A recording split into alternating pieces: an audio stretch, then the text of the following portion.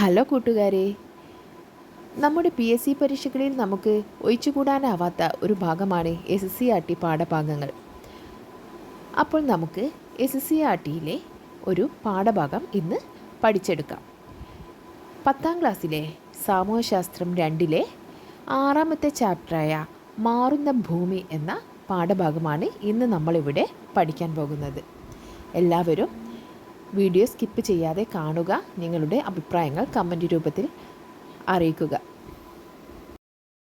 എന്നാൽ നമുക്ക് ക്ലാസ്സിലോട്ട് പോവാം.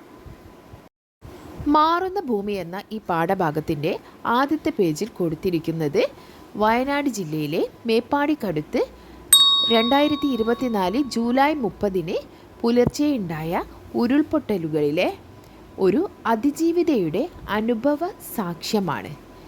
അത് നമുക്കൊന്ന് വായിച്ചു നോക്കാം. വാക്കുകൾ കൊണ്ട് വിവരിക്കാൻ കഴിയുന്നതിനേക്കാളും ഭീകരമായിരുന്നു അന്നത്തെ രാത്രി. അതിഭയാനകരമായ ശബ്ദം കേട്ടാണ് ഞങ്ങൾ ഞെട്ടിയുണർന്നത്. സമയം 3 മണിയോടടുക്കുന്നു. പുറത്ത് അതിശക്തിയായി മഴ പെയ്യുന്നുണ്ടായിരുന്നു. അതിശക്തമായ ഉരുൾപൊട്ടൽ അടുത്തെവിടെയോ സംഭവിച്ചതാണെന്ന് മനസ്സിലായി. എങ്ങനെയെങ്കിലും ഓടി രക്ഷപ്പെടണം എന്ന് മാത്രമായിരുന്നു ഞങ്ങളുടെ ചിന്ത. പുറത്തേക്കിറങ്ങിയപ്പോൾ ഭയന്ന് വിറച്ചുപോയി. പാറകൾ തമ്മിലിടിച്ച് പൊട്ടിത്തെറിച്ച് താഴേക്ക് പതിക്കുന്നതിൻ്റെ അതിഘോര ശബ്ദം. പലയിടങ്ങളിലായി ആളുകളുടെ നിലവിളികൾ. വീടിന് പുറകിലെ കാട്ടിലൂടെ എത്താവുന്നത്ര ഉയരത്തിലേക്ക് ഓടിക്കയറി. കുറച്ചു കഴിഞ്ഞപ്പോൾ ശബ്ദം കുറഞ്ഞു. അതോടെ ഞങ്ങൾ തിരികെ വീട്ടിലേക്ക് വന്നു. ഭാഗ്യത്തിന് ഞങ്ങളുടെ വീടിരുന്ന ഭാഗത്തു കൂടിയല്ല ഉരുൾപൊട്ടിയത്. ഇനി ഞങ്ങളുടെ അയൽപ്പക്കങ്ങളിൽ താമസിച്ചിരുന്നവർ കൂടി രക്ഷപ്പെട്ടോ എന്നറിയണം. ഓരോരുത്തരുടെയും പേരു വിളിച്ചലറി. കുട്ടികൾ ഉൾപ്പെടെ ഒരു കൂട്ടം മനുഷ്യർ ഓടിയെടുക്കുന്ന കാഴ്ചയാണപ്പോൾ കണ്ടത്. ഞങ്ങളുടെ വീടിരുന്ന മലഞ്ചെരുവിൽ ഏതാനും മീറ്റർ താഴെ താമസിച്ചിരുന്നവർ. അവരുടെ ദേഹം അപ്പാട് ചെളിയായിരുന്നു. എല്ലാവരും ഭയം കൊണ്ട് വിറയ്ക്കുന്നുണ്ടായിരുന്നു.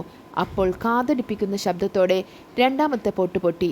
പിന്നൊന്നും നോക്കാതെ ഞങ്ങൾ എല്ലാവരും വീട് വിട്ട് കുന്നിൻ മുകളിൽ സുരക്ഷിതമെന്ന് തോന്നിയ ഒരിടത്തേക്ക് ഓടി. നെക്സ്റ്റ് പേജിൽ ഒരു കോളത്തിൽ കൊടുത്തത് എന്താണെന്ന് നമുക്ക് വായിച്ചു നോക്കാം. എന്താണ് വിപത്തും ദുരന്തവും? ദുരന്ത നിവാരണ പദ്ധതികളുമായി ബന്ധപ്പെട്ട പ്രവർത്തനങ്ങൾ മനസ്സിലാക്കുന്നതിന് മുന്നോടിയായി ദുരന്ത നിവാരണ പ്രവർത്തനങ്ങളിൽ പതിവായി ഉപയോഗിക്കുന്ന ചില പദങ്ങൾ നാം പരിചയപ്പെടേണ്ടതുണ്ട്. വിപത്ത്, ദുരന്തം, നഷ്ടസാധ്യത, ആഘാത സാധ്യത, കൈകാര്യക്ഷമത എന്നിവയാണവ. ഏതൊക്കെയാണ്? വിപത്ത്, ദുരന്തം, നഷ്ടസാധ്യത, ആഘാതസാധ്യത, കൈകാര്യക്ഷമത. ജീവജാലങ്ങളുടെ ജീവനും ആരോഗ്യത്തിനും വസ്തുവകൾക്കും സേവനങ്ങൾക്കും പരിസ്ഥിതിക്കും സാമൂഹ്യ സാമ്പത്തിക മേഖലകൾക്കും വെല്ലുവിളി ഉയർത്തുന്ന സാഹചര്യത്തെ വിപത്തെന്ന് പൊതുവായി വിവക്ഷിക്കാം. ജനങ്ങൾക്ക് തങ്ങളുടെ കഴിവുകളും ലഭ്യമായ വിഭവങ്ങളും ഉപയോഗിച്ചുകൊണ്ട് ഒരു വിപത്തിനെ നേരിടാൻ സാധിക്കാതെ വരികയും അതുവഴി സാമൂഹിക, സാമ്പത്തിക, പാരിസ്ഥിതിക മേഖലകളിൽ വ്യാപകമായ നാശനഷ്ടങ്ങൾ സൃഷ്ടിക്കപ്പെടുകയും തൽഫലമായി തങ്ങളുടെ ദൈനംദിന ജീവിതത്തിൽ വലിയ ക്ഷതങ്ങൾ ഏൽപ്പിക്കുകയും ചെയ്യുന്ന ഗുരുതരമായ ഒരു സ്ഥിതിവിശേഷമാണ് ദുരന്തം. ദുരന്തത്തിന് ഒരു പ്രേരക ശക്തിയായി പ്രവർത്തിക്കുന്ന ഒരു ഭൗതിക പ്രക്രിയയാണ് വിപത്ത്. ഉദാഹരണമായി, ജനവാസം തീരെയില്ലാത്ത ഒരു മരുഭൂമിയിൽ ഉണ്ടാകുന്ന അതിശക്തമായ ഒരു ഭൂകമ്പം പോലും ദുരന്തമായി പരിണമിക്കുകയില്ല. മാനുഷിക പ്രവർത്തനത്താലോ പ്രകൃതിയാലോ വിപത്തുകൾ സംഭവിക്കാം. ഏതൊരു വിപത്തിനെയും ഒരു ജനതയ്ക്ക് ഫലപ്രദമായി നേരിടാൻ സാധിക്കുന്നില്ല എങ്കിൽ അതൊരു ദുരന്തമായി പരിണമിക്കാം. ഒരു പ്രദേശത്ത് ഒരു നിശ്ചിത സമയത്തിനുള്ളിൽ നിശ്ചിത ദുരന്തം മൂലം പ്രതീക്ഷിക്കാവുന്ന നാശനഷ്ടങ്ങളുടെ അളവാണ് നഷ്ടസാധ്യത. ഒരു പ്രദേശത്ത് ഒരു നിശ്ചിത സമയത്തിനുള്ളിൽ ഒരു നിശ്ചിത ദുരന്തം മൂലം പ്രതീക്ഷിക്കാവുന്ന നാശനഷ്ടങ്ങളുടെ അളവാണ് നഷ്ടസാധ്യത അഥവാ റിസ്ക്.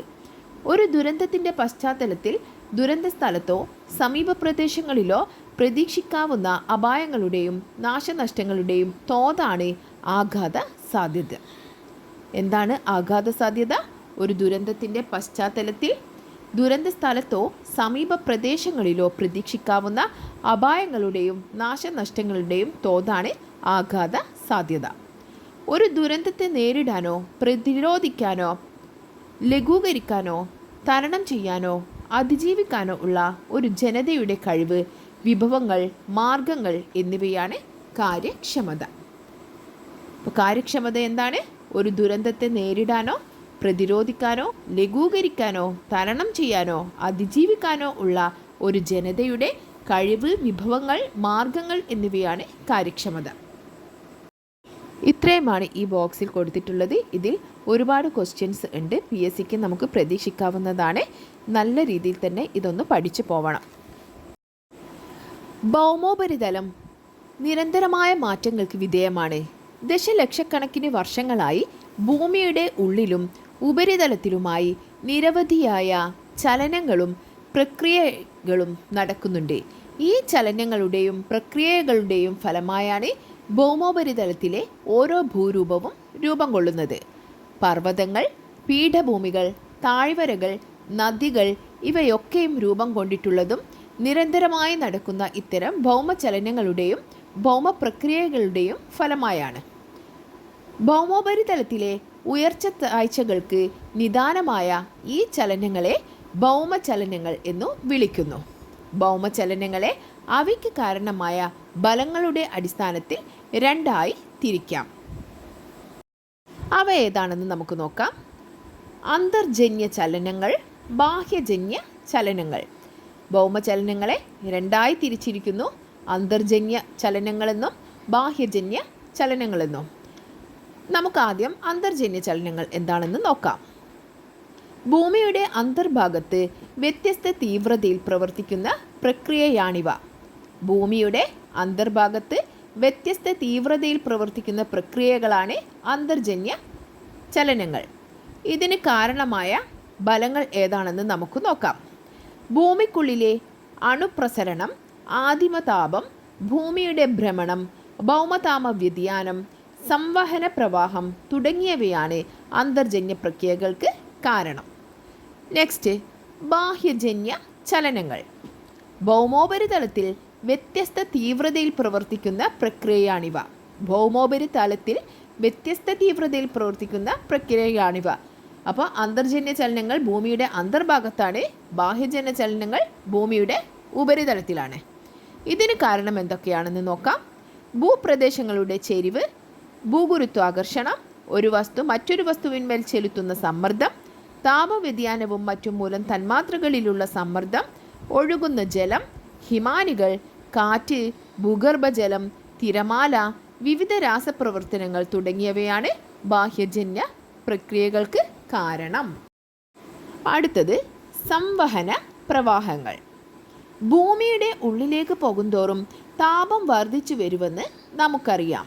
അണുവികിരണ ശേഷിയുള്ള മൂലകങ്ങളുടെ സാന്നിധ്യം ഭൂമിയുടെ മാന്റിലിൽ താപവ്യതിയാനം ഉണ്ടാക്കുന്നു. ഈ താപവ്യതിയാനം മൂലം മാഗ്മ തിളച്ച് ഭൂവൽക്ക ഭാഗത്തേക്ക് ഉയരുന്നു. ഭൂവൽക്ക ഭാഗത്തോട് അടുക്കുന്ന മാഗ്മ തണുക്കുകയും താഴുകയും ചെയ്യുന്നു. വീണ്ടും മാഗ്മ ചൂടായി ഭൂവൽക്ക ഭാഗത്തേക്ക് ഉയരുന്നു. മാന്റിലിൽ താപവ്യതിയാനം മൂലം മാഗ്മ ചാക്രികമായി ചലിക്കുന്ന പ്രക്രിയയാണ് സംവഹന പ്രവാഹം.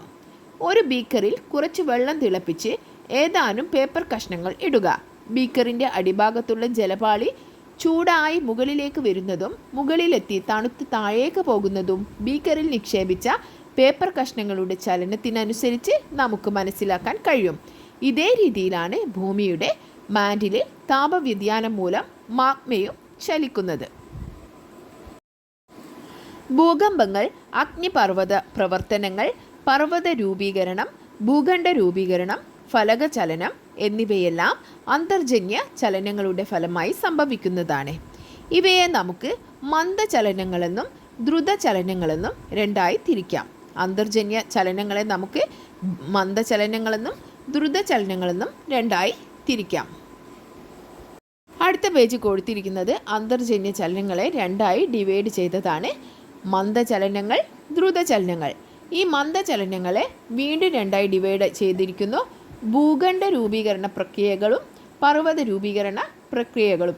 ഇത് നമുക്ക് ചിന്തിച്ചാൽ തന്നെ മനസ്സിലാവുന്നതാണ്. ഭൂഖണ്ഡ രൂപീകരണവും പർവ്വത രൂപീകരണവും ഒക്കെ ഒരുപാട് കാലം എടുത്തിട്ട് സംഭവിക്കുന്ന പ്രക്രിയകളാണ്. അത് മന്ദചലനങ്ങളാണ്. അതുപോലെ ദ്രുതചലനങ്ങളെ വീണ്ടും രണ്ടായി ഡിവൈഡ് ചെയ്തിട്ടുണ്ട്. ഭൂകമ്പങ്ങളും അഗ്നിപർവ്വത പ്രവർത്തനങ്ങളും. ഭൂകമ്പങ്ങളും പർവ്വത പൊട്ടുന്നതൊക്കെ പെട്ടെന്ന് തന്നെ ഉണ്ടാവുന്നതല്ലേ, അപ്പോൾ അത് ദ്രുതചലനങ്ങളാണ്. ഇതിൻ്റെ താഴെയായിട്ട് മന്ദചലനങ്ങൾ എന്താണെന്ന് കൊടുത്തിട്ടുണ്ട്. നമുക്കതൊന്ന് വായിച്ചു നോക്കാം. ഭൂവൽക്ക ഭാഗങ്ങളെ ചലിപ്പിക്കാനോ ഉയർത്തുവാനോ അല്ലെങ്കിൽ ഭൂവൽക്ക ഭാഗങ്ങളെ നിർമ്മിക്കുവാനോ കഴിയുന്ന അന്തർജന്യ പ്രക്രിയകളാണ് മന്ദചലനങ്ങൾ. ഒരു വിശാല ഭൂവൽക്ക ഭാഗം ഉയർന്നു വരുന്നതിന് കാരണമാകുന്ന പ്രക്രിയകളാണ് ഭൂഖണ്ഡ രൂപീകരണ പ്രക്രിയകൾ. ഒരു വിശാല ഭൂവൽക്ക ഭാഗം ഉയർന്നു വരുന്നതിന് കാരണമാകുന്ന പ്രക്രിയകളാണ് ഭൂഖണ്ഡ രൂപീകരണ പ്രക്രിയകൾ. ഇവ ഭൗമോപരിതലത്തിൽ ചെറിയ തോതിലുള്ള മാറ്റങ്ങൾക്ക് മാത്രമേ കാരണമാകുന്നുള്ളൂ. എന്നാൽ പർവ്വത രൂപീകരണ ചലനങ്ങൾ ഭൂവൽക്കത്തിൽ വലിയ തോതിലുള്ള മാറ്റങ്ങൾക്ക് കാരണമാകുന്നു. പർവ്വതങ്ങളുടെ രൂപീകരണത്തിന് കാരണമാകുന്ന ചലനങ്ങളാണ് പർവ്വത രൂപീകരണ ചലനങ്ങൾ. ഭൂവൽക്ക ഭാഗങ്ങൾ മടങ്ങി ഉയർന്നാണ് മടക്കു പർവ്വതങ്ങൾ രൂപം കൊള്ളുന്നതെന്ന് നമുക്കറിയാം. ഹിമാലയ പർവ്വത രൂപീകരണത്തെക്കുറിച്ച് താഴ്ന്ന ക്ലാസ്സിൽ പഠിച്ചത് ഓർക്കുന്നില്ലേ എന്നാണ് ഇതിൽ കൊടുത്തിട്ടുള്ളത്. അത് സ്കൂൾ കുട്ടികൾക്ക് കൊടുത്തതാണ്. നെക്സ്റ്റ് ഇവിടെ ഒരു ബോക്സിൽ കൊടുത്തിട്ടുണ്ട് ഗണ്ഡപർവ്വതങ്ങളും ഭ്രംശ താഴ്വരകളും. ഭ്രംശനം എന്ന പ്രക്രിയയിലൂടെ ഫലമായി ഒരു ഭൂവൽക്ക വിഭാഗം ഉയർത്തപ്പെട്ട് രൂപപ്പെടുന്ന പർവ്വതങ്ങളാണ് ഗണ്ഡപർവ്വതങ്ങൾ. ഭ്രംശനം എന്ന പ്രക്രിയയുടെ ഫലമായി ഒരു ഭൂവൽക്ക ഭാഗം ഉയർത്തപ്പെട്ട് രൂപപ്പെടുന്ന പർവ്വതങ്ങളാണ് ഗണ്ഡപർവ്വതങ്ങൾ. ഇതിൻ്റെ ഫലമായി രൂപപ്പെടുന്ന താഴ്വരകളാണ് ഭ്രംശ താഴ്വരകൾ. ഈ ഗണ്ഡപർവ്വതങ്ങളുടെ ഫലമായി രൂപപ്പെടുന്ന താഴ്വരകളാണ് ഭ്രംശ താഴ്വരകൾ. ഭൂമിയുടെ ഏറ്റവും പുറം പാളിയായ ഭൂവൽക്കവും മാന്റിലിൻ്റെ ഉപരിഭാഗവും ചേർന്ന് രൂപപ്പെടുത്തുന്ന ഭാഗമാണ് ശിലാമണ്ഡലം അഥവാ ലിത്തോസ്ഫിയർ. ശരാശരി 100 കിലോമീറ്റർ കനമുള്ളതും ഖരാവസ്ഥയിലുമുള്ള ഈ പാളിയുടെ തൊട്ടു താഴെ ശിലകൾ ദ്രാവകാവസ്ഥയിൽ സ്ഥിതി ചെയ്യുന്ന പാളിയാണ് അസ്തനോസ്ഫിയർ. ഇവിടെ നിന്നാണ് ശിലാദ്രവം അഥവാ മാഗ്മ ശിലാമണ്ഡലത്തിലെ വിള്ളലുകളിലൂടെയും ദുർബല പ്രദേശങ്ങളിലൂടെയും ഭൗമോപരിതലത്തിലേക്ക് വമിക്കുന്നത്. ഭൗമാന്തർഭാഗത്തു നിന്നും ശിലാദ്രവത്തോടൊപ്പം വാതകങ്ങൾ, ചാരം, ശിലാഖണ്ഡങ്ങൾ, പൊടിപടലങ്ങൾ, നീരാവി തുടങ്ങിയവ ഭൗമോപരിതലത്തിലേക്ക് പുറന്തള്ളുന്ന ഇത്തരം മാർഗങ്ങളാണ് അഗ്നിപർവ്വതങ്ങൾ അഥവാ വോൾക്കാനോസ്. ഇങ്ങനെ പുറന്തള്ളുന്ന വസ്തുക്കളെ അഗ്നിപർവ്വത വസ്തുക്കൾ എന്നാണ് അറിയപ്പെടുന്നത്. ഉപരിമാന്റിയിൽ സ്ഥിതി ചെയ്യുന്ന ശിലാദ്രവത്തെ മാഗ്മ എന്ന് വിളിക്കുന്നു. ഉപരിമാന്റിയിൽ സ്ഥിതി ചെയ്യുന്ന ശിലാദ്രവമാണ് മാഗ്മ. എന്നാൽ ഭൗമോപരിതലത്തിലേക്ക് എത്തുന്നതോടെ ഇവ ലാവ എന്നറിയപ്പെടുന്നു. പുറത്തു വന്നു കഴിഞ്ഞാൽ ലാവ എന്നറിയപ്പെടുന്നു, ഉള്ളിൽ മാഗ്മ എന്നാണ് അറിയപ്പെടുന്നത്. ഇവിടെ അഗ്നിപർവ്വതത്തിൻ്റെ ഘടനയുടെ ഒരു ചിത്രം കൊടുത്തിട്ടുണ്ട്. അഗ്നിപർവ്വത പ്രവർത്തനങ്ങൾ. മാഗ്മയുടെ രൂപീകരണം മാഗ്മയുടെയും മറ്റ് അഗ്നിപർവ്വത വസ്തുക്കളുടെയും ഭൗമോപരിതലത്തിലേക്കുള്ള ചലനം, ശിലാമണ്ഡലത്തിലെ സുഷിരങ്ങളിലൂടെയും വിള്ളലുകളിലൂടെയുമുള്ള അവയുടെ പുറന്തള്ളൽ, തൽഫലമായുണ്ടാകുന്ന സ്ഫോടനം, ലാവാപ്രവാഹം, മാഗ്മയുടെ ഘനീകരണം, വിവിധ ആഗ്നേയ ഭൂരൂപങ്ങളുടെ രൂപീകരണം തുടങ്ങി ഇതുമായി ബന്ധപ്പെട്ട എല്ലാ പ്രവർത്തനങ്ങളെയും പൊതുവായി അഗ്നിപർവ്വത പ്രവർത്തനങ്ങൾ എന്നാണ് വിളിക്കുന്നത്. അഗ്നിപർവ്വത പ്രവർത്തനങ്ങളുടെ ഫലമായി ഭൗമോപരിതലത്തിൽ എത്തിച്ചേരുന്ന ശിലാദ്രവം ഭൗമോപരിതലത്തിൽ വിവിധ നിർമ്മിതികൾ രൂപപ്പെടുത്തുന്നു. ഇവയാണ് അഗ്നിപർവ്വതങ്ങൾ. വലുപ്പത്തിലും ആകൃതിയിലും ഇവ വ്യത്യാസപ്പെട്ടിരിക്കുന്നു. അഗ്നിപർവ്വത സ്ഫോടനത്തിൻ്റെ സ്വഭാവത്തെയും അവ ഭൗമോപരിതലത്തിൽ രൂപപ്പെടുത്തുന്ന നിർമ്മിതികളുടെയും അടിസ്ഥാനത്തിൽ അഗ്നിപർവ്വതങ്ങളെ ഷീൽഡ് അഗ്നിപർവ്വതങ്ങൾ, കോമ്പോസിറ്റ് അഗ്നിപർവ്വതങ്ങൾ, കാൾഡറ എന്നിങ്ങനെ തരംതിരിക്കാം. എന്തൊക്കെയാണ്? ഷീൽഡ് അഗ്നിപർവ്വതങ്ങൾ, കോമ്പോസിറ്റ് അഗ്നിപർവ്വതങ്ങൾ, കാൾഡറ. ഭൗമോപരിതലത്തിൽ ലാവ പരന്നൊഴുകി അതിവിശാലമായ ബസാൾട്ട് പ്രളയ സമതലങ്ങളും രൂപപ്പെടാറുണ്ട്. ഇന്ത്യയിലെ ഡെക്കാൻ പ്രവിശ്യ ഇത്തരത്തിൽ രൂപപ്പെട്ട ഒന്നാണ്. കരയിലും കടലിൻ്റെ അടിത്തട്ടിലുമായി ആയിരക്കണക്കിന് അഗ്നിപർവ്വതങ്ങൾ ഭൂമിയിൽ കാണപ്പെടുന്നു. അഗ്നിപർവ്വതങ്ങളും മനുഷ്യജീവിതവും. ജനവാസ മേഖലയോടടുത്തുള്ള അഗ്നിപർവ്വത സ്ഫോടനങ്ങൾ പലപ്പോഴും ജീവനും സ്വത്തിനും നാശനഷ്ടങ്ങൾ ഉണ്ടാക്കുന്നു. സാമ്പത്തിക പ്രവർത്തനങ്ങളും ജനജീവിതവും താറുമാറാക്കുന്നു. അഗ്നിപർവ്വത സ്ഫോടനങ്ങളെ തുടർന്നുണ്ടാകുന്ന ലാവാപ്രളയം ഭൂപ്രകൃതി, ആവാസയിടങ്ങൾ എന്നിവയെ സാരമായി ബാധിക്കുന്നു. വീടുകൾ നശിക്കുകയും അനേകം പേരെ ഭൂരഹിതരും തൊഴിൽ രഹിതരുമാക്കുകയും ചെയ്യുന്നു. ഇനി ഇവിടെ ഒരു ക്വസ്റ്റ്യൻ കൊടുത്തിട്ടുണ്ട്. ഇന്ത്യയിലെ ഏക സജീവ അഗ്നിപർവ്വതം ഏതാണ്? ബാരൺ ദ്വീപ്. ബാരൺ ദ്വീപാണ് ഇന്ത്യയിലെ ഏക സജീവ അഗ്നിപർവ്വതം. അഗ്നിപർവ്വത സ്ഫോടനം അളവറ്റ നാശനഷ്ടങ്ങൾക്ക് കാരണമാകുന്നു. 1883 ക്രാക്കത്തോവ അഗ്നിപർവ്വത സ്ഫോടന ഫലമായി 36,000-ഓളം പേർക്ക് ജീവാപായം നേരിട്ടു. ഇന്തോനേഷ്യയിലെ ജാവയ്ക്കും സുമാത്രയ്ക്കും ഇടയിലുള്ള ക്രാക്കത്തോവ ദ്വീപിൻ്റെ ഭൂരിഭാഗം പ്രദേശവും അതിലുള്ള അഗ്നിപർവ്വതത്തിൻ്റെ സ്ഫോടനത്തെ തുടർന്ന് കടലിൽ ആണ്ടുപോകുകയുണ്ടായി. 1883 ക്രാക്കത്തോവ അഗ്നിപർവ്വത സ്ഫോടനമുണ്ടായത്. എപ്പോഴാണ്? 1883 36,000-ഓളം പേർക്ക് ജീവഹാനി സംഭവിച്ചു. അഗ്നിപർവ്വത സ്ഫോടനത്തെ തുടർന്നുള്ള ദുരന്തങ്ങളുടെ ചരിത്രം പരിശോധിച്ചാൽ നമുക്ക് ചെറുതും വലുതുമായ ധാരാളം ഉദാഹരണങ്ങൾ കണ്ടെത്താനാകും. അടുത്തത് ഇതിന് താഴെ കൊടുത്ത ബോക്സിൽ എന്താണെന്ന് നമുക്ക് നോക്കാം. അഗ്നിപർവ്വത സ്ഫോടനങ്ങൾ നമുക്ക് തടയാനാവില്ല. എന്നാൽ ശാസ്ത്രീയമായ രീതികളും മുൻകരുതലുകളും ആഘാതത്തിൻ്റെ തീവ്രത കുറയ്ക്കും. അഗ്നിപർവ്വതങ്ങളോട് ചേർന്നുള്ള പ്രദേശങ്ങളിൽ വീട് നിർമ്മാണം, വിനോദസഞ്ചാരം എന്നിവ ഒഴിവാക്കിയും ശാസ്ത്രീയ സംവിധാനങ്ങൾ ഉപയോഗിച്ച് ഇത്തരം മേഖലകൾ നിരന്തരം നിരീക്ഷിച്ചും മുന്നറിയിപ്പുകൾ നൽകിയും അഗ്നിപർവ്വത സ്ഫോടനത്തെ തുടർന്നുള്ള ലാവ ഒഴുക്ക്, ചെളിയൊഴുക്ക്, ചാരം എന്നിവയെ പ്രതിരോധിക്കാൻ ശേഷിയുള്ള കെട്ടിടങ്ങൾ നിർമ്മിച്ചും അഗ്നിപർവ്വത സ്ഫോടനങ്ങൾ മൂലമുള്ള ദുരന്തങ്ങളെ ഒരു പരിധിവരെ ലഘൂകരിക്കാനാകും.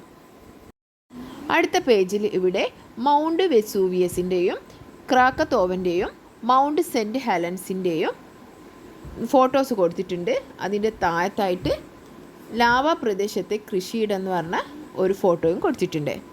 അഗ്നിപർവ്വതത്തിൽ നിന്നും പുറന്തള്ളപ്പെടുന്ന ലാവ ഭൗമോപരിതലത്തിലൂടെ വലിയ നദി പോലെ ഒഴുകുന്നു. ഒഴുകുന്ന പാതയിലെ സർവ്വ വസ്തുക്കളെയും ലാവ കത്തിച്ചു ചാമ്പലാക്കുന്നു. ഒപ്പം കറുത്ത പാളി പോലെ അവ അവശേഷിക്കുകയും ചെയ്യും. ഒഴുകുന്ന വഴിയിലെ സർവ്വ വസ്തുക്കളെയും അത് മൂടുകയും ചെയ്യുന്നു. അഗ്നിപർവ്വതങ്ങൾ അപകടകാരികളാണെങ്കിലും അഗ്നിപർവ്വത മേഖലകളിൽ ആളുകൾ താമസിക്കുന്നത് എന്തുകൊണ്ടാണെന്ന് അറിയാമോ? അഗ്നിപർവ്വതങ്ങളിൽ നിന്നുള്ള ചാരം, ലാവ തണുത്തുറഞ്ഞുണ്ടാകുന്ന ശിലകൾ പൊടിഞ്ഞ് രൂപം കൊള്ളുന്ന മണ്ണ് എന്നിവ ഏറെ ഫലഭൂഷ്ടിയുള്ളതാണ്. കൃഷിക്ക് അനുയോജ്യമായ ഇത്തരം പ്രദേശങ്ങൾ ആളുകളെ ആകർഷിക്കുന്നു. അടുത്തത് അഗ്നിപർവ്വത പ്രവർത്തനങ്ങൾ മനുഷ്യന് മറ്റേതെല്ലാം വിധത്തിൽ പ്രയോജനപ്പെടുന്നുവെന്നാണ് ഇതിൽ കൊടുത്തിട്ടുള്ളത്. അഗ്നിപർവ്വത പ്രദേശങ്ങളിൽ നിന്നും പുറന്തള്ളുന്ന താപോർജം ചിലയിടങ്ങളിൽ വൈദ്യുതോർജ്ജമാക്കി മാറ്റി പ്രാദേശിക ആവശ്യങ്ങൾക്കായി വിനിയോഗിക്കുന്നു. ലാവ ധാതു സമ്പന്നമാണ്. മൂല്യമുള്ള പല ധാതുക്കളും ലാവയുടെ ഒഴുക്കിലൂടെ ഭൗമോപരിതലത്തിൽ എത്തിച്ചേരുന്നു. അഗ്നിപർവ്വത മേഖലകൾ ധാരാളം വിനോദസഞ്ചാരികളെയും ആകർഷിക്കാറുണ്ട്. ഭൂമിയുടെ പുറംപാളിയായ ശിലാമണ്ഡലം അഥവാ ലിത്തോസ്ഫിയർ ഫലകങ്ങളായി വിഭജിച്ചു കിടക്കുകയാണ്. ഈ ശിലാമണ്ഡല ഫലകങ്ങൾ അവയ്ക്ക് താഴെയുള്ള അസ്തനോസ്ഫിയറിന് മുകളിലൂടെ തെന്നി നീങ്ങിക്കൊണ്ടിരിക്കും. ഇത്തരത്തിൽ ചലിച്ചു കൊണ്ടിരിക്കുന്ന ഫലകങ്ങൾക്കിടയിൽ ഉണ്ടാകുന്ന ഘർഷണമാണ് ഭൂകമ്പങ്ങൾക്ക് കാരണം. രണ്ട് ഫലകങ്ങൾക്കിടയിൽ ചലനം ഉണ്ടാകുമ്പോൾ അവയുടെ അതിരുകളിൽ ഘർഷണം രൂപപ്പെടുന്നു. ഈ ഘർഷണം ഒരു തരത്തിൽ ഫലകങ്ങളുടെ ചലനത്തെ തടസ്സപ്പെടുത്തുകയാണ് ചെയ്യുന്നത്. അപ്പോൾ ഫലകാതിരുകളിൽ ഉയർന്ന സമ്മർദ്ദം സൃഷ്ടിക്കുകയും വലിയ തോതിൽ ഊർജം സംഭരിക്കപ്പെടുകയും ചെയ്യുന്നു.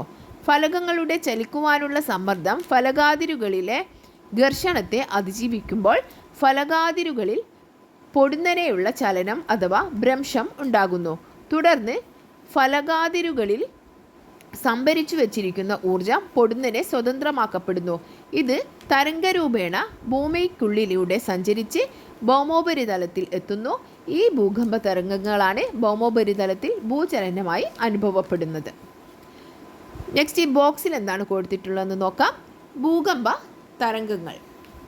ഭൂകമ്പവേളയിൽ 3 തരം തരംഗങ്ങളാണ് പ്രഭവ കേന്ദ്രത്തിൽ നിന്നും പുറപ്പെടുന്നത്. പ്രാഥമിക തരംഗങ്ങൾ, ദ്വിതീയ തരംഗങ്ങൾ, പ്രതല തരംഗങ്ങൾ. ഇതിൽ പ്രതല തരംഗങ്ങളാണ് ഏറ്റവും വിനാശകാരികൾ. ഇത് വളരെ ഇമ്പോർട്ടൻ്റായ ഒരു കാര്യമാണ് ഈ ബോക്സിൽ കൊടുത്തിട്ടുള്ളത്. ഇത് ഒരുപാട് PSC പരീക്ഷകളിൽ ചോദിച്ച ഒരു ചോദ്യമാണ്. നമുക്ക് ഒന്നുകൂടി വായിച്ചു നോക്കാം. ഭൂകമ്പവേളയിൽ 3 തരം തരംഗങ്ങളാണ് പ്രഭവ കേന്ദ്രത്തിൽ നിന്നും പുറത്തേക്ക് വരുന്നത്. ഏതൊക്കെയാണ്? പ്രാഥമിക തരംഗങ്ങൾ, ദ്വിതീയ തരംഗങ്ങൾ, പ്രതല തരംഗങ്ങൾ. ഇതിൽ ഏറ്റവും വിനാശകാരിയായത് പ്രതല തരംഗങ്ങളാണ്. പ്രതല തരംഗങ്ങളാണ്. ഫലകങ്ങൾക്കിടയിലുള്ള ഘർഷണം കൊണ്ടുണ്ടാകുന്ന ഭൂകമ്പങ്ങളെയാണ് നമ്മൾ ടെക്ടോണിക് ഭൂകമ്പങ്ങൾ എന്ന് പറയുന്നത്. ഭൂവൽക്കത്തിനുള്ളിൽ ഊർജ്ജം സ്വതന്ത്രമാക്കപ്പെടുന്ന കേന്ദ്രത്തെ പ്രഭവ കേന്ദ്രം അഥവാ ഫോക്കസ് എന്നും, ഫോക്കസിനോട് ഏറ്റവും അടുത്തുള്ള ഭൗമോപരിതല കേന്ദ്രത്തെ അതികേന്ദ്രം അഥവാ എപ്പി സെൻറ്റർ എന്നും അറിയപ്പെടുന്നു. ഫോക്കസിന് നേർമുകളിലുള്ള ഈ ഭൗമോപരിതല കേന്ദ്രത്തിലാണ് ഭൂകമ്പ തരംഗങ്ങൾ ആദ്യമെത്തുക. ഫലകങ്ങളുടെ ചലനത്തിലൂടെ മാത്രമല്ല ഭൂകമ്പങ്ങൾ ഉണ്ടാകുന്നത്.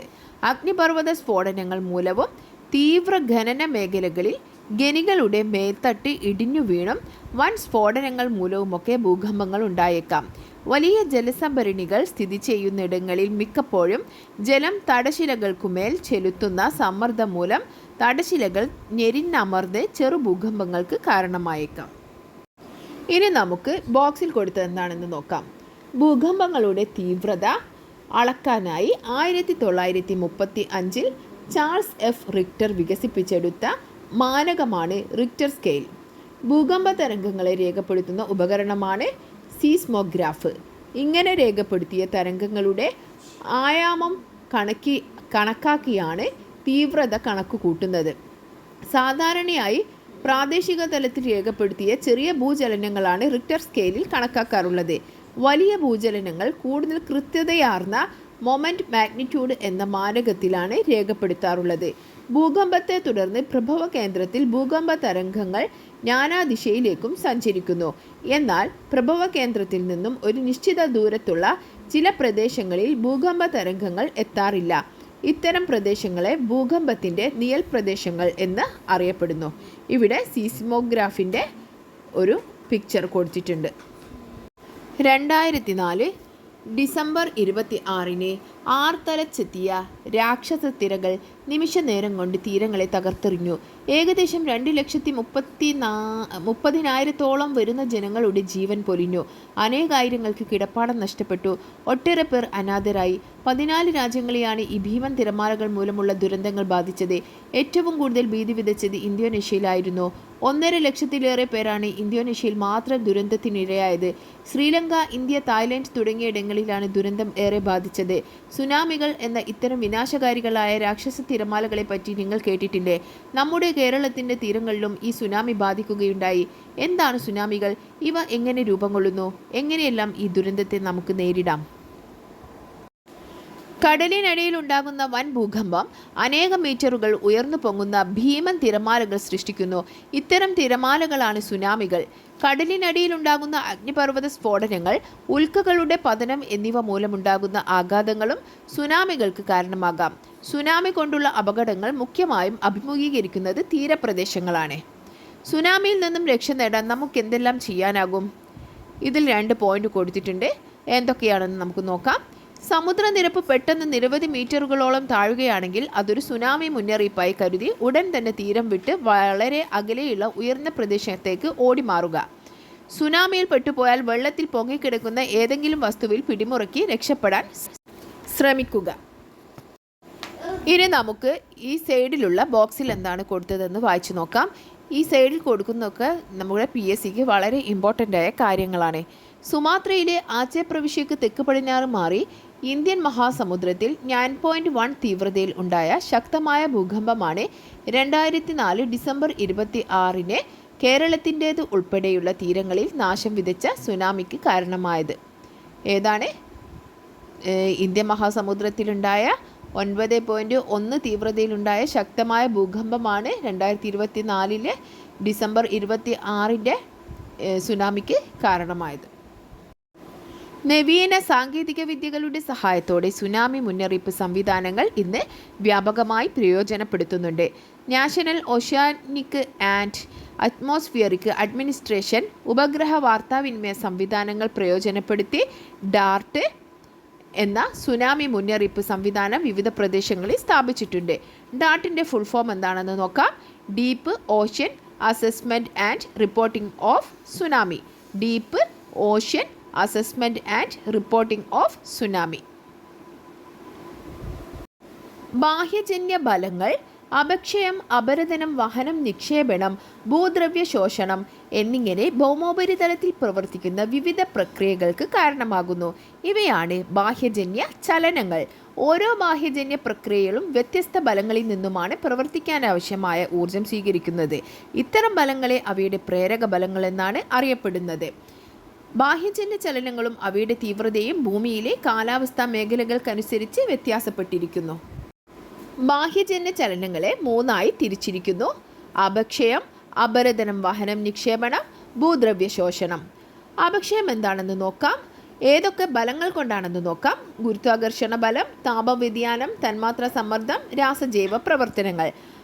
ഇനി അപരദനം, വഹനം, നിക്ഷേപണം എന്തുകൊണ്ടാണ് ഉണ്ടാകുന്നത്? ഒഴുകുന്ന ജലം, ഹിമാനികൾ, കാറ്റ്, തിരമാല എന്നിവയുടെ ഗതികോർജം, ഭൂഗർഭ ജലത്തിൻ്റെ പ്രവർത്തനം. നെക്സ്റ്റ്, ഭൂദ്രവ്യ ശോഷണം ഉണ്ടാകുന്നത് ഗുരുത്വാകർഷണ ബലത്തിൻ്റെ ഫലമായിട്ടാണ്. അപക്ഷയം. ഭൂമിയിൽ വിവിധ തരം ശിലകളുണ്ടെന്ന് നമുക്കറിയാം. അവ കാലാന്തരത്തിൽ പലവിധ മാറ്റങ്ങൾക്ക് വിധേയമായിക്കൊണ്ടിരിക്കും. ചില ബാഹ്യജന്യ പ്രക്രിയയുടെ ഫലമായി ശിലകൾ ഭൗതികമായി പൊട്ടിപ്പൊടിയുകയോ രാസപരമായി വിഘടിക്കുകയോ ചെയ്യുന്നു. ഇത്തരത്തിൽ ശിലകൾക്ക് രാസപരമായും ഭൗതികമായും മാറ്റങ്ങൾ ഉണ്ടാക്കുന്ന പ്രക്രിയകളെ അപക്ഷയം എന്ന് വിളിക്കുന്നു. അപക്ഷയത്തിനെ മൂന്നായി ഡിവൈഡ് ചെയ്തിട്ടുണ്ട്: ഭൗതിക അപക്ഷയം, രാസിക അപക്ഷയം, ജൈവിക അപക്ഷയം. ഭൗതിക അപക്ഷയം എന്താണെന്ന് നമുക്ക് നോക്കാം. താപവ്യതിയാനം മൂലം ശിലാധാതുക്കൾ സങ്കോചിക്കുകയും വികസിക്കുകയും ചെയ്യുന്നു. കാലക്രമേണ ഇത് ശിലകൾ പൊടിയുന്നതിന് കാരണമാകുന്നു. കൂടാതെ ശിലകളിലെ വിള്ളലുകൾക്കുള്ളിൽ ജലം തണുത്തുറയുന്നതുകൊണ്ട് വിള്ളലുകൾ വികസിക്കുകയും ക്രമേണ ഇത് ശിലകൾ പിളരുന്നതിന് കാരണമാകുകയും ചെയ്യുന്നു. ഇതാണ് ഭൗതിക അപക്ഷയം. നെക്സ്റ്റ്, രാസിക അപക്ഷയം.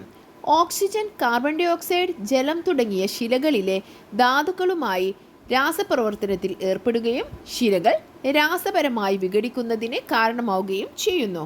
ഓക്സിജൻ, കാർബൺ ഡൈ ഓക്സൈഡ്, ജലം തുടങ്ങിയവ ശിലകളിലെ ധാതുക്കളുമായി രാസപ്രവർത്തനത്തിൽ ഏർപ്പെടുകയും ശിലകൾ രാസപരമായി വിഘടിക്കുന്നതിന് കാരണമാവുകയും ചെയ്യുന്നതാണ് രാസിക അപക്ഷയം. ജൈവിക അപക്ഷയം. സസ്യങ്ങളുടെ വേരുകൾ ശിലകളിലെ വിടവുകളിലേക്ക് ആഴ്ന്നിറങ്ങുന്നതും ചെറുജീവികൾ മാളങ്ങൾ ഉണ്ടാക്കുന്നതും സസ്യജന്തു അവശിഷ്ടങ്ങളുടെ ജീർണനവുമൊക്കെ ശിലകളുടെ ശീതീകരണത്തിന് കാരണമാകാറുണ്ട്. ഇവയാണ് ജൈവിക അപക്ഷയം. ഇവ കൂടാതെ മനുഷ്യൻ്റെ പ്രവർത്തനങ്ങളായ ഖനനവും പാറ പൊട്ടിക്കലുകളുമൊക്കെ ശിലകളുടെ അപക്ഷയത്തിന് കാരണമാവാറുണ്ട്. ഏതെല്ലാം വിധത്തിലാണ് അപക്ഷയ പ്രവർത്തനങ്ങൾ മനുഷ്യന് പ്രയോജനകരമായി മാറുന്നത്? അപക്ഷയം മണ്ണിൻ്റെ രൂപീകരണത്തിന് കാരണമാകുന്നു. ശിലകളിലെ ധാതുക്കൾ വേർതിരിക്കപ്പെടുന്നു. ധാതു സമ്പുഷ്ടീകരണത്തിന് കാരണമാകുന്നു. ഖനന പ്രവർത്തനങ്ങളെ സഹായിക്കുന്നു. അപരദനം, വഹനം, നിക്ഷേപണം. വിവിധ അപക്ഷയ പ്രക്രിയകൾ മൂലമോ മറ്റു പ്രവർത്തനങ്ങളാലോ രൂപം കൊണ്ട ശിലാവിശിഷ്ടങ്ങളെ ഒഴുകുന്ന ജലം, ഹിമാനികൾ, കാറ്റ്, തിരമാല എന്നീ ശക്തികൾ ഒരിടത്തു നിന്നും ശേഖരിച്ച് അവിടെ നിന്നും നീക്കം ചെയ്ത് മറ്റൊരിടത്ത് നിക്ഷേപിക്കുന്നുവെന്നും അതിൻ്റെ ഫലമായി ഭൗമോപരിതലത്തിൽ ധാരാളം അപരദന ഭൂരൂപങ്ങളും നിക്ഷേപണ ഭൂരൂപങ്ങളും രൂപപ്പെടുന്നുവെന്നും നാം താഴ്ന്ന ക്ലാസ്സുകളിൽ ചർച്ച ചെയ്തത് ഓർക്കുന്നില്ലേ എന്നാണ് ഇതിൽ കൊടുത്തിട്ടുള്ളത്. അപ്പോൾ നമുക്കിതിൽ നിന്ന് പഠിക്കാനുള്ളത് അപരദനത്തിൻ്റെ ഫലമായി അപരദന ഭൂരൂപങ്ങളും നിക്ഷേപണത്തിൻ്റെ ഫലമായി നിക്ഷേപണ ഭൂരൂപങ്ങളും രൂപപ്പെടുന്നുണ്ട്. നെക്സ്റ്റ്, ഭൂദ്രവ്യ ശോഷണം. അപക്ഷയം, അപരദനം എന്നിവ കൂടാതെ ബാഹ്യജന്യ ബലങ്ങളുടെ ഫലമായി ഭൗമോപരിതലത്തിൽ ഉണ്ടാകുന്ന ബാഹ്യജന്യ ചലനങ്ങളാണ് ഭൂദ്രവ്യ ശോഷണം. ഗുരുത്വാകർഷണ ബലത്തിൻ്റെ നേരിട്ടുള്ള സ്വാധീനം മൂലം ശിലാകഷ്ണങ്ങൾ അല്ലെങ്കിൽ ഭൗമവസ്തുക്കൾ ചെരിവുള്ള ഭൂപ്രതലത്തിലൂടെ താഴേക്ക് പതിക്കുന്ന പ്രക്രിയയാണ് ഭൂദ്രവ്യ ശോഷണം. ഇവ വളരെ സാവധാനത്തിലുള്ളവയുമുണ്ട്, ദ്രുതഗതിയിലുള്ളവയുമുണ്ട്.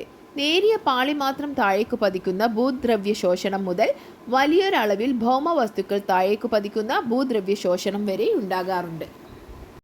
2024 ജൂലൈ 30 വയനാട് ജില്ലയിൽ സമാനതകളില്ലാത്ത പ്രകൃതി ദുരന്തമായി മാറിയ ഉരുൾപൊട്ടലും ഇത്തരത്തിലൊരു ഭൂദ്രവ്യ ശോഷണമാണ്.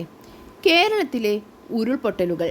കേരളം അതിൻ്റെ ഭൂമിശാസ്ത്രപരമായ പ്രത്യേകതകൾ കൊണ്ട് ബഹുമുഖ പ്രകൃതി ദുരന്തങ്ങൾ ഉണ്ടാകാൻ സാധ്യതയുള്ള പ്രദേശമാണ്.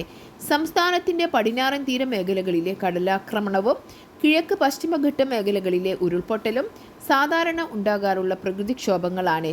ജനസാന്ദ്രതയിലെ വർധനവും അശാസ്ത്രീയമായ നിർമ്മാണങ്ങളും പ്രകൃതി വിഭവങ്ങളുടെ അമിത ചൂഷണവും പ്രകൃതിക്ഷോഭങ്ങളെ വൻ ദുരന്തങ്ങളായി മാറ്റുന്നു.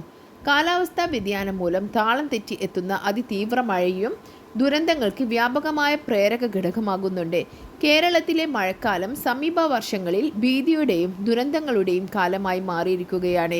ഈ സാഹചര്യത്തിൽ കേരളത്തിൽ സംഭവിക്കുന്ന ദുരന്തങ്ങളെ ശാസ്ത്രീയമായി അപഗ്രഥിച്ച് മുൻകരുതൽ നടപടികൾ സ്വീകരിക്കുകയും ജനങ്ങളെ ബോധവൽക്കരിക്കുകയും ചെയ്യേണ്ടതുണ്ട്. കേരളത്തിലെ ഉരുൾപൊട്ടലുകളെ പറ്റി നമുക്ക് കൂടുതൽ അടുത്തറിയാൻ ശ്രമിക്കാം. ഉരുൾപൊട്ടൽ എന്ത്, എങ്ങനെ? ഉരുൾപൊട്ടലുകൾ ഒരു തരം ഭൂദ്രവ്യ ശോഷണമാണെന്ന് നിങ്ങൾക്കറിയാം. ഗുരുത്വാകർഷണം മൂലം ശിലകളോ മേൽമണ്ണോ മുകളിൽ നിന്നും താഴോട്ട് പതിക്കുന്ന പ്രതിഭാസമാണ് ഭൂദ്രവ്യ ശോഷണം. മലയിടിച്ചിൽ, ശിലാപതനം, മലകളുടെ നിരങ്ങിയിറങ്ങൽ, ഡെബ്രി ഫ്ലോ, ഭൂമിയുടെ ഇടിഞ്ഞു താഴൽ തുടങ്ങിയവയാണ് വിവിധ തരത്തിലുള്ള ഭൂദ്രവ്യ ശോഷണങ്ങൾ. ഭൂമിയുടെ ഗുരുത്വാകർഷണം മൂലം ചെങ്കുത്തായ മലഞ്ചെരുവുകളിൽ നിന്നുള്ള പാറയും മണ്ണും ജലപ്രവാഹത്തോടൊപ്പം താഴേക്ക് പെട്ടെന്ന് പതിക്കുന്ന പ്രതിഭാസമാണ് ഡെബ്രി ഫ്ലോ. മലയുടെ ഭാഗങ്ങൾ ഗുരുത്വാകർഷണത്താൽ താഴേക്ക് നിരങ്ങിയിറങ്ങുന്ന ഭൂദ്രവ്യ ശോഷണമാണ് മലയുടെ നിരങ്ങിയിറങ്ങൽ. കേരളത്തിലെ മലയോര പ്രദേശങ്ങളിൽ ശക്തമായ മഴയെ തുടർന്ന് പലപ്പോഴും ഇവ രണ്ടും ഒരുമിച്ചോ അല്ലാതെയോ സംഭവിക്കാറുണ്ട്. ഈ പ്രതിഭാസത്തെ പൊതുവെ ഉരുൾപൊട്ടൽ എന്ന് വിളിക്കുന്നു. പലപ്പോഴും ഇവ വിനാശകാരികളായി മാറാറുണ്ട്. ഒരു പ്രദേശത്ത് ഉരുൾപൊട്ടൽ ഉണ്ടാകാനുള്ള സാധ്യതാ ഘടകങ്ങൾ ആ പ്രദേശത്തെ ഭൂമിയുടെ ചെരിവ്, മണ്ണിൻ്റെ ആഴം, ഘടന, ഭൂവിനിയോഗം, നീർച്ചാലുകളുടെ വിന്യാസം എന്നിവയെ ആശ്രയിച്ചിരിക്കുന്നു. അതിതീവ്ര മഴ, ലഘുമേഘ വിസ്ഫോടനം, ഭൂചലനം എന്നിവയാണ് ഉരുൾപൊട്ടലിൻ്റെ ചാലകശക്തികൾ. കൂടാതെ മൺസൂൺ സീസണിൽ ഉൾപ്പെടെ നടക്കുന്ന അശാസ്ത്രീയമായ പാറ പൊട്ടിക്കൽ, അശാസ്ത്രീയ നിർമ്മാണ പ്രവർത്തനങ്ങൾ എന്നിവയും പ്രേരക ഘടകങ്ങളായി പ്രവർത്തിക്കുന്നുണ്ട്. ഏകദേശം 22 ഡിഗ്രിക്ക് മുകളിൽ ചെരിവുള്ള മലമ്പ്രദേശങ്ങളിലാണ് ഉരുൾപൊട്ടലുണ്ടാവാൻ സാധ്യത കൂടുതൽ. 22 ഡിഗ്രിക്ക് മുകളിൽ ചെരിവുള്ള മലമ്പ്രദേശങ്ങളിലാണ് ഉരുൾപൊട്ടലുണ്ടാവാൻ സാധ്യത കൂടുതൽ. ഇന്ത്യയിൽ ഏറ്റവും കൂടുതൽ ഉരുൾപൊട്ടൽ സംഭവിക്കുന്നത് പശ്ചിമഘട്ട മേഖലകളിലും ഹിമാലയൻ പർവ്വത നിരകളിലുമാണ്. കേരളത്തിൻ്റെ മലയോരങ്ങളിൽ ചെറുതും വലുതുമായ അനേകം ഉരുൾപൊട്ടലുകൾ, കുഴലീകൃത മണ്ണൊലിപ്പ്, മണ്ണിടിച്ചിൽ എന്നിവ വ്യാപകമായി സംഭവിക്കുന്നുവെന്നാണ് കണക്കാക്കിയിട്ടുള്ളത്. കുഴലീകൃത മണ്ണൊലിപ്പ് അഥവാ soil piping or tunnel erosion. ചെങ്കല്ല് നിറഞ്ഞ മലയോര പ്രദേശങ്ങളിൽ അടുത്തിടെ വ്യാപകമായി കാണപ്പെടുന്ന ഒരു പ്രതിഭാസമാണ് കുഴലീകൃത മണ്ണൊലിപ്പ്.